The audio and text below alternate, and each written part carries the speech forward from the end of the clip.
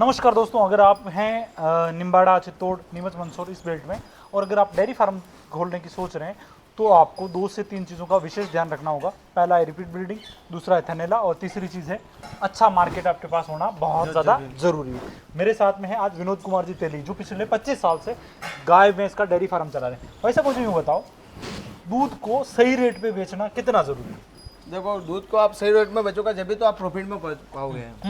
और आपका दूध जैसे आप 30 रुपये 35 रुपये लीटर बेच रहे हो तो वो दूध आपका कहीं ना कहीं मार्जिन कुछ नहीं होगा, उसमें जीरो ही रहोगे आप। कम मिलेगा है ना। हाँ। आपका जो प्रॉफिट है वो गिर जाएगा। प्रॉफिट गिर जाएगा। जब तक आप इस दूध को 50 रुपए 60 रुपए लीटर नहीं बेचोगे तब तक आपको दिक्कत आएगी। भाई अगर आप शहर से दूर बैठे हो तो आप उसका घी बना लो, घी बना के मार्केट में बेच लो, मार्केट में दूसरे प्रोडक्ट बना के मार्केट में बेच लो। आप क्वालिटी दोगे तो क्वालिटी आपको सक्सेस ले जाएगी।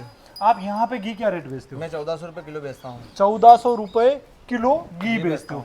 25 से 30 लीटर जो दूध होता है ना, उससे 1 किलो घी आराम से बैठ जाता है।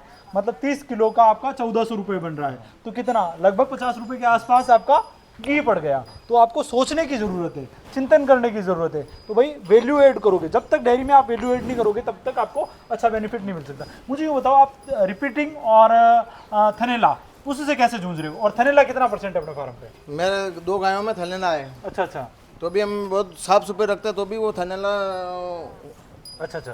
तो मुझे यूँ बताओ, जैसे थनैला आता है, थनैला अधिकतर उन गायों में देखा जाता है जो ज्यादा दूध देती है, जिनका दूध है 15 लीटर 16 लीटर 18 लीटर 20 लीटर। उन गायों में ज़्यादा थनैला की दिक्कत है। जो गाय 10 से 12 लीटर 9 लीटर होगी उसमें कम रहेगा थनैला, मतलब और वो गाय बीमार भी कम होगी। जो गाय कम दूध कर रही है उसमें थनैले की दिक्कत कम आएगी, है ना।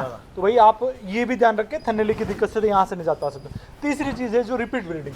रिपीट ब्रीडिंग का क्या समाधान है? रिपीट ब्रीडिंग में देखो, सबसे बड़ा आपका डेयरी फार्म है, बड़ा लेवल पर डेयरी फार्म है तो आपको एक बुल रखना बहुत जरूरी है। भाई आपके पास अगर अच्छा बुल है, अच्छी पेडिग्री वाला, मतलब जो वंशावली उसकी अच्छी है, तो वो बुल आपके जो पूरा फार्म है उसका सुधार कर सकता है और आने वाली बच्चियां बहुत ही शानदार। यहाँ लोकल में अगर 18 लीटर 20 लीटर दूध 25 लीटर 30 लीटर दूध देने वाली बच्चियां तैयार होगी तो उनको जो मेडिकल खर्च है वो भी कम हो जाएगा और बाहर से जो गाय लाना है वो भी कहीं कहीं घट जाएगा। और पहली बार अगर हम HF क्रॉस की बात करें तो 12-13 महीने में यहाँ पे बच्चियाँ क्रॉस हो रही। ये सबसे बेहतर चीज़ है, जिसको ध्यान में रखोगे तो आप कभी फेल नहीं होंगे। हाँ। इस फार्म पे मैंने खाली 3 गायें बली मैंने खरीद के लाए, बाकी सब मेरे घर की है। अच्छा, सारी घर की तैयार की हुई। कितनी गाय से शुरुआत की थी आपने? मेरे शुरू पे पापा नहीं है, उस समय 2-3 गायें से थी।